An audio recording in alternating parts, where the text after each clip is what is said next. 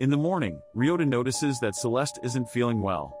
Emily points out Celeste's throbbing headache, caused by the ongoing magic storm.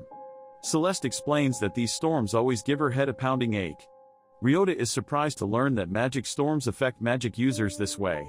Celeste assures them she'll be okay as long as she sticks to her usual routine, and the pain should subside after the storm passes. Ryota suggests they spend the day looking for a house instead of dungeon diving. He wants to find a home that won't make Celeste sick during magic storms.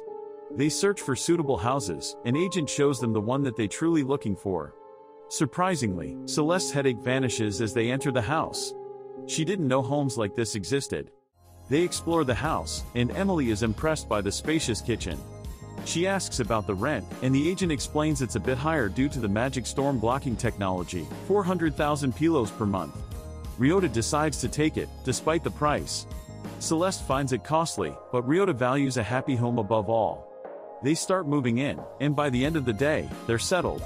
Emily's quick work surprises Ryota, and Celeste agrees that Emily is amazing. Ryota plans to earn some money following Erza's list of high-priced items, and Eve adds carrots to the list. On level 7 of Telulu, they encounter Snowfall, which is uncommon in dungeons. As they continue, they spot the group Ryota met before. The leader praises his party for their efforts, claiming he can feel their pain and hard work. His party is astonished that their leader empathizes with them. Ryota is frustrated that he is brainwashing them to work for him. Ryota's group encounters a new slime type. He tries to shoot it, but only the first bullet causes damage, the rest are ineffective. He even leans a punch but it does not affect it. Celeste advises Ryota to stop attacking. She identifies it as a gut slime, which becomes invulnerable when near death and ignores the last attacker's hits.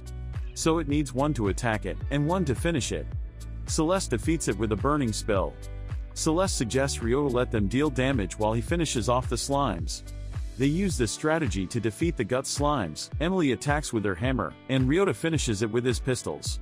And it drops onions. Emily asks Eve if she likes onions, but Eve prefers carrots. Emily plans to make curry with onions, potatoes, and carrots, making Eve happy about the carrots. Another slime, a high gut slime, attacks Ryota. Celeste explains that it, like the gut slime, needs someone to finish it off but can reflect attacks when near death. Emily decides they should wear it down carefully, and Eve volunteers to handle it since she's faced this monster before. Eve damages it by hitting it with her hand, and Ryota finishes it off. The slime drops a jewel capable of reflecting attacks. Ryota tests the jewel on level 2 of Telulu, causing the slime to die on its own. He finds it convenient but slower than killing monsters himself.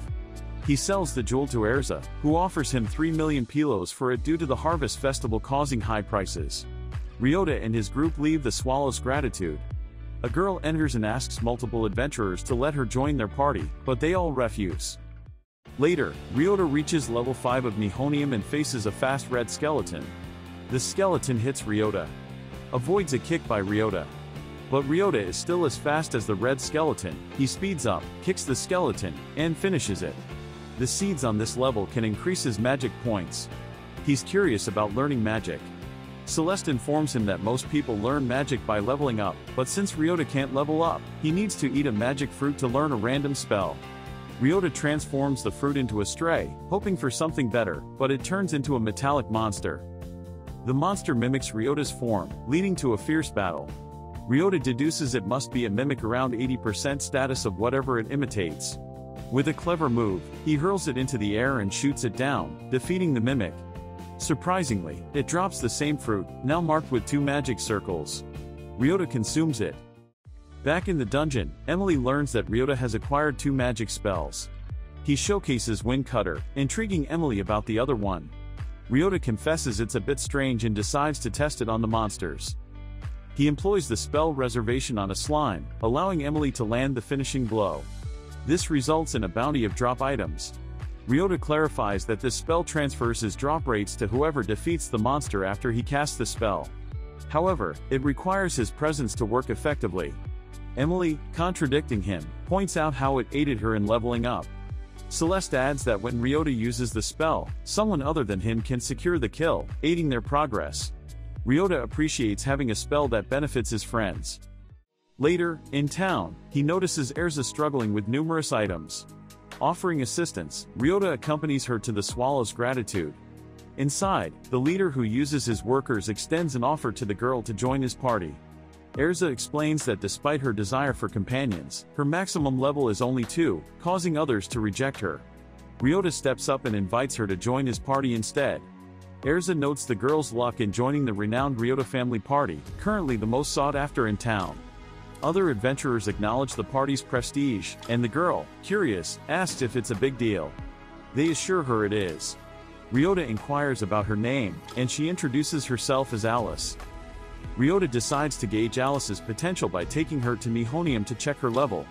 To his surprise, Alice is only at level 1 with rather feeble stats. Nevertheless, Ryota believes she can handle this dungeon and suggests starting with some leveling up. They venture into level 1 of Nihonium, where Alice remarks that the air reminds her of her birthplace, a dungeon. She shares an astonishing detail: she was born when her pregnant mother was working in a dungeon, leaving Ryota surprised.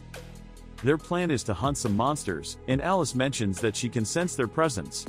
Ryota is amazed by her ability to detect monsters.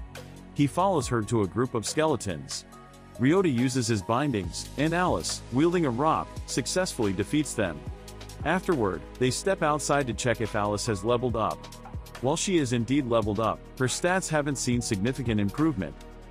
Alice suggests going back inside the dungeon, recalling that Bonesy, a skeleton, told her to hurry back earlier. Inside, Alice instructs Ryota to capture a skeleton, referring to it as Bonesy. After defeating Bonesy, it transforms into a smaller skeleton, much to Alice's delight. She explains that Bonesy will now be their ally. They move on to Telulu, where Bonesy triumphs over a slime. Ryota wonders if Bonesy's damage will heal, and Alice clarifies that it automatically heals when it takes a smaller form. She reveals that Bonesy now calls her Big Sis since they both originate from the dungeon. Additionally, she mentions another slime named Jiggly, who calls her too. When Jiggly appears, Alice uses Bonesy to defeat it, and just like Bonesy, Jiggly transforms into a smaller form. Ryota finds Alice's penchant for naming monsters quite peculiar. Back at Ryota's house, Eve enjoys carrot hamburger steaks prepared by Emily. Celeste expresses her fondness for Bonesy and Jiggly, though her enthusiasm startles the two small creatures. Emily, noticing Celeste's affection for cute things, inquires further. Celeste confirms her affinity for cuteness. Ryota introduces Alice to the rest of the party and seeks their opinion on her joining. Eve, being Eve, asks the crucial question, whether Alice likes carrots. Alice's answer is negative.